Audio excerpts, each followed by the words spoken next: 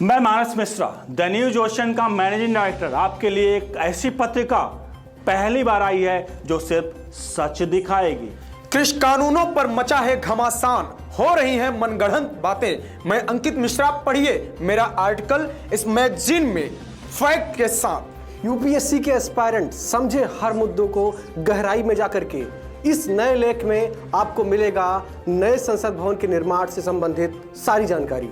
मैं विशाल यादव, अब तक आप लोगों ने हमें टीवी पे देखा, लेकिन अब हमारे लेख आपको दिखेंगे इस मैगजीन में। मैं Ranjit Prasad, reporter the news ocean. हम आपको दिखाएंगे किसान आंदोलन के बीच में जिहादी कांड। सब्सक्राइब करें द न्यूज ओशियन, खबरों का समंदर। नमस्कार विद्यार्थियों, स्वागत है आपका ओनली यूपीएससी में। ये है आपका पॉलिटी एवं इंडियन कॉन्स्टिट्यूशन का अगला क्लास, जिसमें हम प्रस्तावना से संबंधित जो सर्वोच्च न्यायालय में केस गए उन पर बात करेंगे। मैंने पिछले क्लास में भी आपको बताया था और उससे पिछले वाले में भी बताया था कि 3 महत्वपूर्ण केस हैं जिनमें सुप्रीम कोर्ट का जो ऑर्डर है वो जानने योग्य है, उसको जानना चाहिए, उससे भी सवाल आते हैं। जब मैंने आपको सबसे पहली क्लास संविधान की पढ़ाई थी और संविधान और राज्य व्यवस्था में जब संबंध स्पष्ट कर रहा था, तो मैंने वहां पर आपको समझाया था कि संविधान क्या है, प्रावधानों का संग्रह है, लेकिन वो प्रावधान किस प्रकार से संबंध रखते हैं जब व्यवस्थाएं चलती हैं, यानी कि राज्य की व्यवस्थाएं जब चलती हैं तो किस प्रकार से उसका संबंध रखते हैं। तो वहां पर 3 चीज आपने देखा था राज्य व्यवस्था में। एक संसद था आपका, दूसरा था संस्थाएं जिनसे काम होता है, और तीसरा आपका जो था वो था न्यायालय, कि न्यायालय के द्वारा जो चीजें हैं जो प्रवर्तनीय होती हैं वह भी संविधान के प्रावधानों को प्रभावित करती है। ठीक है, तो यहां पर 3 केस हैं जो प्रस्तावना से संबंधित हैं। सवाल यह है कि क्या प्रस्तावना संविधान का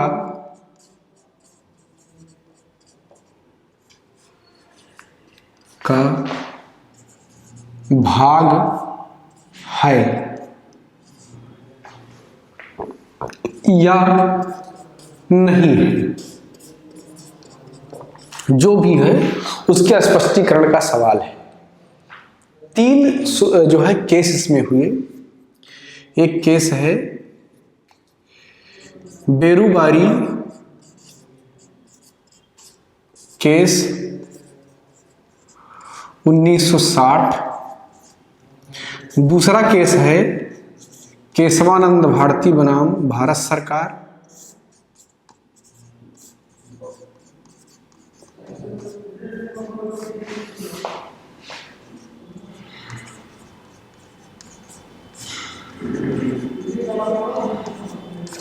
ये 1976 का केस है। और तीसरा है आपका LIC बनाम भारत सरकार। ये 1994 का केस है, जहां तक मुझे याद है 1994 का केस है। अगर 93-94 होगा तो आप उसको देख लेंगे। इन 3 केस में जो बातें निकल करके आई वही वर्तमान में मान्य है और उसी के आधार पर प्रस्तावना की व्याख्या भी की जाती है। तो चलिए एक एक करके समझते हैं। पहला है बेरुबारी केस। आप जानते हैं कि देश के आज़ादी के साथ एक कलंक भी लगा और वो कलंक था पाकिस्तान। कलंक का टीका कौन है? पाकिस्तान है। देश को धार्मिक आधार पर जिन्ना की जो बांटने की जिद थी उसमें वो सफल हुए और देश का विभाजन हो गया। जब देश का विभाजन हुआ तो आप जानते हैं कि पाकिस्तान के 2 पार्ट बने, एक पश्चिमी पाकिस्तान और दूसरा पूर्वी पाकिस्तान, जो वर्तमान में बांग्लादेश है। 1971 में वो आज़ाद हुआ पाकिस्तान से और बांग्लादेश बन गया। लेकिन आज़ादी के समय, यानी कि जब का एक केस है बेरुबारी, उस वक्त पाकिस्तान 2 हुआ करता था, एक पश्चिमी पाकिस्तान और एक पूर्वी पाकिस्तान। तो जब देश का बंटवारा हुआ तो जो लैंड थी, जो भूमि था, उसका भी बंटवारा होना था और उस बंटवारे के लिए रेडक्लिफ नाम के एक व्यक्ति को नियुक्त किया गया, एक अंग्रेज था, कि जाइए और आप भारत का बंटवारा कर दीजिए। रेडक्लिफ के बारे में कहा जाता है कि उससे पहले उसने भारत का कभी दौरा नहीं किया था और बस वो कागजी काम करने में माहिर आदमी था और उसे नियुक्त कर दिया गया। अब आप कल्पना कीजिए कितना बड़ा देश है, कितनी बड़ी विविधता है, कहीं नदी है, कहीं झरना है, कहीं कुआं है, कहीं पहाड़ है, कहीं मैदान है, कहीं जंगल है, और ऐसी विविधता भरी भूमि को बांटने के लिए एक ऐसे व्यक्ति को नियुक्त किया गया जो भारत का दौरा भी कभी नहीं किया उससे पहले। ये अपने आप में अंग्रेजों के द्वारा चली गई सबसे गंदी चाल थी। ठीक है, तो रेडक्लिफ को दे दिया गया कि आप जाइए और इसका विभाजन कीजिए। अब भाई चूंकि वही थे, भाई आपकी हैकड़ी आप कुछ भी करवा लीजिए, मतलब अगर आपका डंडा है तो भैंस भी आपकी है, और वही हुआ भी। इसीलिए भारत और पाकिस्तान के बीच जो रेखा बनती है उसे रेडक्लिफ लाइन भी कहा जाता है, और भारत बांग्लादेश के बीच भी जो रेखा है वो रेडक्लिफ लाइन है, क्योंकि रेडक्लिफ ने ही वो लाइन खींची थी। तो मामला ये हुआ कि जो पूर्वी पाकिस्तान था और भारत था, तो वहां पूर्वी पाकिस्तान से जो भारत का सीमा है वो वेस्ट बंगाल,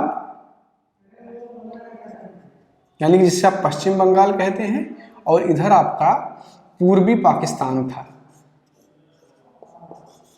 पूर्वी पाकिस्तान था कब तक? जब तक ये अलग नहीं हुआ 1971 तक ये क्या था? पूर्वी पाकिस्तान था। इसी क्षेत्र में एक क्षेत्र था बेरूबारी, एक बेरूबारी जगह है जो क्षेत्र था। इस बेरूबारी की स्थिति ये हुई कि रेडक्लिफ ने इसे भारत को दे दिया। बेरूबारी क्षेत्र को रेडक्लिफ ने भारत को दे दिया, लेकिन उसका कोई लिखित दस्तावेज नहीं दिया। उसने ना मैप में उसको दिखाया और ना ही उसे जो है लिखित दस्तावेज के रूप में रखा। अब पाकिस्तान, जिसे हमेशा खुराफात ही सूझती थी, देश के बंटवारे के बाद में जम्मू कश्मीर पर आक्रमण करना, और आज तक वो एक छद्म लड़ाई लड़े जा रहे हैं, पता नहीं क्या हासिल करना चाहते हैं। अपने आप को बर्बादी के इस मुकाम तक वो ले आए हैं कि कभी भी नष्ट हो सकते हैं। छोटी आंख वाले ने तो उनको कब्जा भी कर लिया है चाइनीजों ने, और लगभग में वो खत्म ही होने वाले हैं। लेकिन फिर भी उनके मन में पता नहीं कौन सी वो समस्या बैठी हुई है, इंडिया के साथ खुन्नस कह सकते हैं कि बैठी हुई है, हमको इंडिया से लड़ना है। अरे पहाड़ में सर मारने से पत्थर थोड़ी फूट जाएगा भाई, लड़ाई उससे लड़ी जाती है जो आपके समकक्ष हो, आपसे नहीं हो पाएगा। लेकिन अब वो लगे हुए हैं, ठीक है, लगे रहे, उनका तरीका है। यहाँ हम बात करते हैं तो बेरूबारी की जगह है। जब पाकिस्तान को पता लगा कि ये छोटा सा मामला है तो कहाँ पीछे हटने वाले थे, उन्होंने कैची करनी शुरू कर दी। ठीक है, तो उस वक्त के जो पाकिस्तान के प्रधानमंत्री थे नून साहब, और भारत के प्रधानमंत्री थे पंडित जवाहरलाल नेहरू, उनके बीच में एक बैठक हुई, और बैठक में ये बात क्लियर हुआ कि चलो ठीक है, आधा आधा करके बांट लेते हैं। ये बात हुआ, उनका अपना सिग्नेचर हुआ। लेकिन जो वेस्ट बंगाल है वो इस पर राजी नहीं था, उसने केस कर दिया सुप्रीम कोर्ट में, और अब सुप्रीम कोर्ट में केस पहुंच गया। तो इस केस में एक बात निकल के सामने आई कि जो प्रस्तावना है वो संविधान का पार्ट नहीं है। प्रस्तावना जो है संविधान का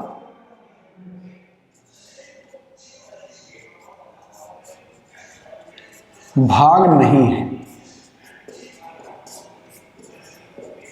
ठीक है, संविधान जो है वो प्रस्तावना का भाग नहीं है। ये बेरूबारी केस में जो है बेंच ने कहा, जो सुप्रीम कोर्ट का बेंच था उसने इस बात को कहा। इस बेंच में आपके मोहम्मद हिदायतुल्लाह भी थे, जो एकमात्र आपके जज हुए जो राष्ट्रपति भी बने थे, वो इस बेंच में थे। तो इस बेंच ने कहा कि प्रस्तावना जो है वो संविधान का भाग नहीं है। ठीक है, अब एक केस आता है केशवानंद भारती बनाम भारत सरकार का। ये एक माइलस्टोन केस है इंडियन पॉलिटिकल हिस्ट्री में, इंडियन कॉन्स्टिट्यूशनल हिस्ट्री में। इसका अपना एक अलग ही जो है इतिहास है। ये नॉर्मल सा केस, केशवानंद भारती एक संत थे जिनका एक मठ था केरल में, और उस मठ के जमीन को लेकर के विवाद था, और विवाद बढ़ते बढ़ते इस हद तक बढ़ गया कि सुप्रीम कोर्ट में पहुंचा, और सुप्रीम कोर्ट में ही नहीं पहुंचा, इस देश की पूरी राजनीतिक शक्ति उसमें लगा दी गई। श्रीमती इंदिरा गांधी ने अपनी पूरी राजनीतिक शक्ति उसमें झोंक दी कि इस केस को भारत सरकार जीत जाए। लेकिन जो सत्य होता है, जीत हमेशा उसी की होती है। नानी पालकीवाल के नेतृत्व में भारत के संविधान को बचाने के लिए जो उनकी एक मुहिम थी, उसमें उनकी जीत हुई, और 13 जजों की बेंच बैठी थी, सबसे बड़ी बेंच अभी तक की बैठी 13 जजों की, जिसमें यह फैसला दिया गया कि मूल ढांचा क्या है, उसके साथ खिलवाड़ नहीं हो सकता है, मौलिक अधिकारों को लेकर के, यानी बहुत लंबा एक उसमें बहस था, जिसको लेकर के कई सारे फैसले आए थे। और उसमें यह कह सकते हैं एकदम स्पष्ट रूप से कि इंदिरा गांधी सरकार की हार हुई थी, ठीक है ना। तो केशवानंद भारती केस में ये कहा सुप्रीम कोर्ट ने कि प्रस्तावना संविधान का भाग है, प्रस्तावना संविधान का अंग है,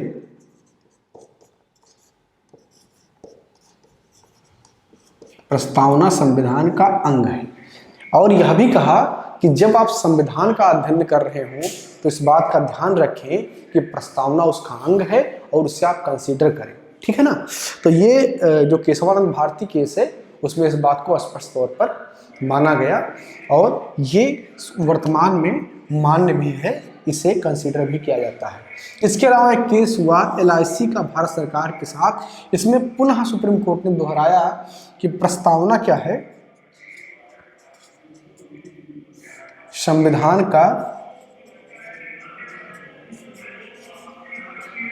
अंग है। अब इस प्रस्तावना संविधान का अंग है तभी तो उसमें संशोधन होगा, ठीक है। लेकिन सुप्रीम कोर्ट ने यह कहा कि प्रस्तावना संविधान का अंग है, लेकिन उसने एक चीज को रेखांकित भी किया। आदरणीय सुप्रीम कोर्ट ने यह भी रेखांकित किया कि प्रस्तावना जो है वो बाध्यकारी नहीं है, प्रस्तावना में जो चीजें लिखी हुई हैं वो इन्फोर्सेबल नहीं है। आप जो है न्यायालय में जा करके ये नहीं कह सकते कि आप सरकार को निर्देश दीजिए क्योंकि प्रस्तावना में ये बात लिखी हुई है और इस पर सरकार एक्शन ले, ये नहीं है। प्रस्तावना संविधान का अंग है लेकिन वो इन्फोर्सेबल नहीं है, उसमें जो बातें लिखी हुई हैं वो बाध्यकारी नहीं है। तो ये है प्रस्तावना का अभी तक का लीगल स्टेटस, ठीक है। जब उसमें और कोई बदलाव होगा तो अपडेट आपके लिए हो जाएगा। तो ये था आपका प्रस्तावना का और उससे संबंधित सुप्रीम कोर्ट में चलने वाला केस, ठीक है। इसमें आपको ये ध्यान रखना है कि बेरोबारी वाले केस में सुप्रीम कोर्ट ने कहा था कि संविधान का भाग नहीं है, फिर केशवानंद भारती केस में माना कि संविधान का अंग है प्रस्तावना, और LIC वाले केस में भी उस अपने बात को दोहराया। तो वर्तमान स्थिति ये है कि प्रस्तावना संविधान का अंग है, ठीक है। चलिए मिलते हैं अगली क्लास में। पढ़ना शुरू करेंगे हम भारतीय संविधान के भाग 1 से, जिसे संघ एवं राज्य क्षेत्र कहते हैं। बहुत ही इंटरेस्टिंग होने वाला है।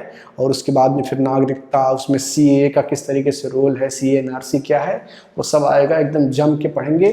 पहले ही वाले आर्टिकल में जब संघ राज्य क्षेत्र पढ़ेंगे उसी में ही 370 का जिक्र करूंगा और यह समझाऊंगा किस प्रकार वर्तमान सरकार ने बहुत ही अच्छी तरीके से एकदम स्मार्ट कानूनी खेल खेल करके धारा 370 के उस प्रभाव को निष्प्रभावी बनाया, ठीक है। तो मिलते हैं अगली क्लास में, बात करेंगे संघ एवं राज्य क्षेत्र पर। धन्यवाद। मैं मानस मिश्रा, द न्यूज ओशन का मैनेजिंग डायरेक्टर, आपके लिए एक ऐसी पत्रिका पहली बार आई है जो सिर्फ सच दिखाएगी। कृषि कानूनों पर मचा है घमासान, हो रही हैं मनगढ़ंत बातें। मैं अंकित मिश्रा, पढ़िए मेरा आर्टिकल इस मैगजीन में फैक्ट के साथ। UPSC के एस्पायरेंट समझे हर मुद्दों को गहराई में जाकर के। इस नए लेख में आपको मिलेगा नए संसद भवन के निर्माण से संबंधित सारी जानकारी। मैं विशाल यादव, अब तक आप लोगों ने हमें टीवी पे देखा, लेकिन अब हमारे लेख आपको दिखेंगे इस मैगजीन में। मैं Ranjit Prasad, reporter the news ocean. हम आपको दिखाएंगे किसान आंदोलन के बीच में जिहादी कांड। सब्सक्राइब करें द न्यूज ओशियन, खबरों का समंदर।